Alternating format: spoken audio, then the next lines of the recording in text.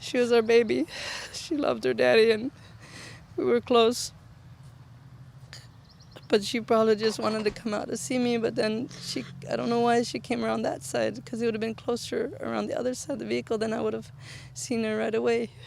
Tonight, the Hochstetler family grieves the sudden death of 18-month-old Hannah, who was killed on Thursday afternoon when her father accidentally reversed their vehicle on her.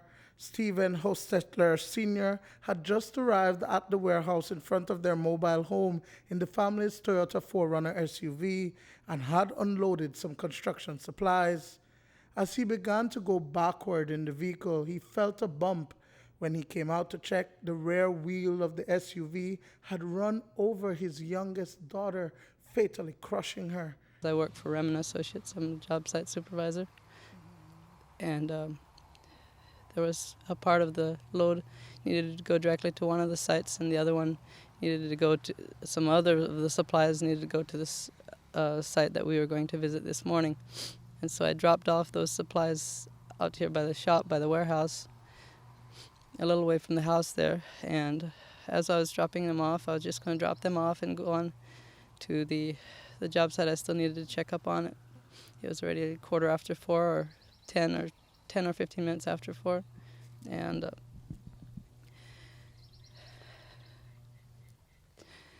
And as I unloaded, I was untying straps on one side because I had some pipe on the top of my 4Runner, and I unloaded them. I untied the straps on both sides of the vehicle, and I unloaded them and went around that side to pick up the straps and put them back in the vehicle. And then I looked around, but I didn't see anybody except my little son. My little son was with me. He had come out of the house to where I was to see me, and he was there with me as I unloaded. And then after I unloaded and was ready to leave, I looked around and I told him to go back to the house. Stephen Jr. went back to the house. His father says he didn't see Hannah leave the house. He assumed that the toddler and his other daughter, Mary, were with their mother inside the house. But she wasn't. It was still very unbelievable for the family who relocated to Spanish Lookout just 6 months ago from Dangriga. I didn't see anything, so I started backing up. And as I backed up, I felt like I hit something, and I stopped immediately, and it was my daughter. So you didn't see her any at all, that she had come out to maybe see you, no? No, I hadn't seen her at all. I guess when I was behind the vehicle, she must have come out and come around the front on the other side and walked along beside the vehicle. And then as I walked around away from that side, she must have just come out on that side. And right, so as I went around the back, as I went up to the driver's side, she was, due to where she got run over, obviously she was still on the, mostly under the vehicle with her head under. I think I drove over her head, the wheel. I waved at them and at her, and also